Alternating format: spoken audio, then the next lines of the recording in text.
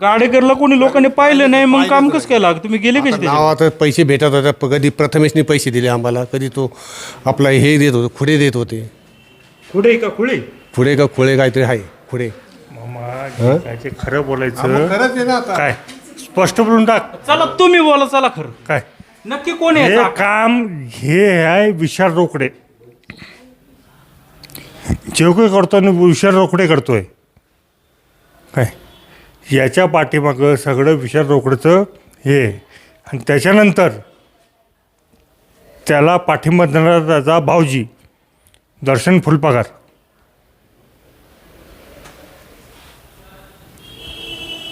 शांतता पसरली सगळीकडे इकडे हे नाव घेतल्यानंतर. मग का लोक एवढे बोलत नव्हती मग? मग तेच ना, खरं जे आहे ते खरं बोललं पाहिजे ना.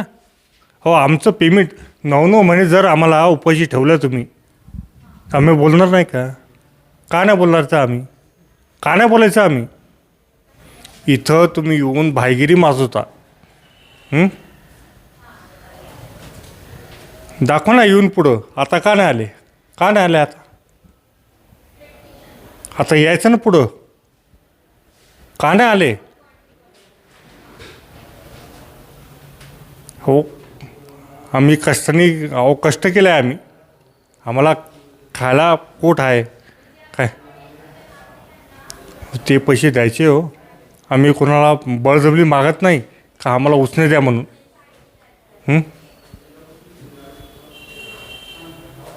आम्हाला आमचं पोट नाही बघणार, तुमचं पोट भरणार तुम्ही, पण आमचं पोट कुठं आहे?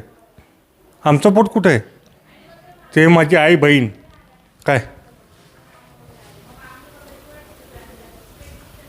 काय भेटलं का पेमेंट तुम्हाला? हा, पण तुम्ही काय एवढं धाडस दाखवलं भाऊ? सगळी गप बसतात, तुम्ही काय? मी नाही घाबरत कोणाला. मी नाही घाबरत कोणाला. मी ठामपणे उभाच आहे.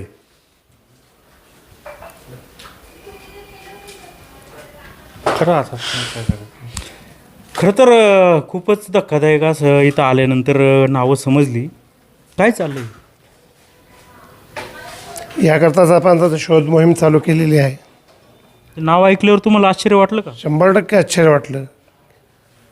यांनी याच्यात इन्व्हॉल्व राहणं हे योग्य नाही ना नगरपालिकेच्या दृष्टीने. या ठिकाणी पॅरलर यंत्रणासुद्धा उभं करायचं त्यांनी ठरवलेलं होतं. म्हणजे नगरपालिकेचे कर्मचारी शासकीय आणि कुशल कर्मचारी वेगळे, आणि कधी नगरपालिकेचा सगळा कारभार कोलमडतो आहे ह्या पद्धतीनं नियोजन चालू आहे. पाण्याचा प्रश्न नागरिकांसाठी तिथे अडथळे, आरोग्याचा प्रश्न तिथे अडथळे, त्याच्यानंतर अग्निशमन तिथे अडथळे. जे खरे काम करणारे नगरपालिकेतले कर्मचारी त्यांच्यावरसुद्धा दबाव टाकायचा, दुसरे कर्मचारी भरून टाकायचे. ही पद्धत योग्य नाही. जुन्नर शहर हे शिवजन्मभूमी आहे. या शिवजन्मभूमीमध्ये अशी कृत्य करणं हे एकदम चुकीचं आहे. त्यामुळं ह्याच्यावर चौकशी लागणं हे अत्यंत महत्त्वाचं आहे. नुकताच आता गाडेकर सर्वांनी आत्ताशी पाहिला आहे. त्याला कोणी आजपर्यंत माहितीसुद्धा नव्हता कोण गाडेकर आहे काय आहे, परंतु तो गाडेकर हा हजर केलेला आहे. पण त्याच्या पश्चात काम करणारी माणसं ही वेगळीच आहे. एक मात्र खरं आहे, एक बाजूला व्यक्ती होता त्या गाडेकरला आणि आपण जेवढे नाव विचारलं तर ते म्हणलं मी यांचा ड्रायव्हर आहे. ड्रायव्हर कधी आपल्या मालकाला असं करू शकतो का? नक्कीच काळबिळं 100% वेळ याच्यामध्ये आहे. आणि थोडं तिरकं नाही तर जुन्नर नगरपालिकेच्या नागरिकांचा जो फंड आहे त्या फंडातली ही रक्कम जुन्नर नगरपालिकेच्या इथं लोक कर आणून भरतात आणि ते जवळजवळ या ठिकाणी 5-5, 6-6 लाख रुपये हे निष्कारण जुन्नर नगरपालिकेच्या या ठिकाणी वाया जात आहेत. याच्याकडं मुख्याधिकाऱ्यांनी आणि या ठिकाणी विभाग प्रमुखांनी लक्ष देणं गरजेचं आहे की या ठिकाणी 1-1 रुपया वाचवणं, तरच नगरपालिका सुस्थितीत चालू शकते.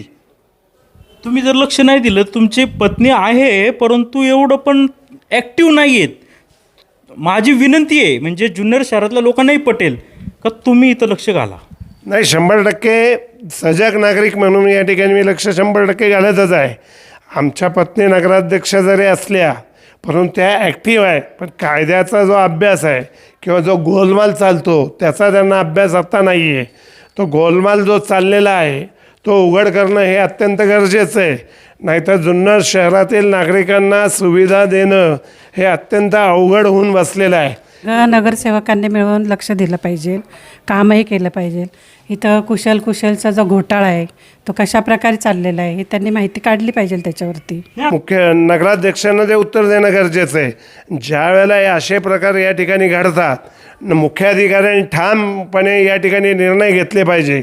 चांगलं काय वाईट काय हे मुख्याधिकाऱ्यांच्या निदर्शनास आणून देखील जर मुख्याधिकारी या पद्धतीने काम करत नसतील तर त्या अडचणी भविष्यामध्ये उभ्या राहणार आहेत. मुख्याधिकारी काय ठाम निर्णय घेत नाही? नाही, आत्ता तर आज त्यांनी काय बोलले नाही तसं. पहिलं बिलाचं असं झाल्यामुळे आम्ही त्यांना सांगितलं की तुम्ही मी काय विचारतोय, मुख्याधिकारी ठाम निर्णय घेतात का? नाही घेत काही. तर हे निर्णय घेणं मुख्याधिकाऱ्यांचं काम आहे ना. बा आपल्याकडं कर्मचारी किती आहे. आता हे खूप लांबत चाललेलं आहे आणि हे जे काय आपण म्हणतो हनुमानाची शेपटी लांबत चालली, ही काही थांबल असं वाटत नाही. कारण की प्रचंड भ्रष्टाचार या ठिकाणी जुन्नरच्या जनतेच्या पैशाचा चालू आहे, अक्षरशः चुराडा चालू आहे, लोकांची घरं भरली जात आहेत. तर पाहूया आता काय होतं आहे ते. हे सगळं माझ्या नगरसेवकांना देखील विनंती आहे का बाबा ह्या अशा जर गोष्टी जर जुन्नरचे लोक कर रूपाने पैसे भरतात ते जर अशी ह्यांची लूटमार करून कर्मचाऱ्यांची लूटमार करून कोणाच्या तरी घशात जात असतील तर हे कुठंतरी थांबलं पाहिजे. बघूया आता पुढं काय होतं, नक्की या ठेकेदारावर काय कारवाई होती ते आपण पाहणं उत्सुकते ठरणार आहे. तोपर्यंत पाहत राहा शिवाय न्यूज, जुन्नर तालुका, जुन्नर जिल्हा, पुणे.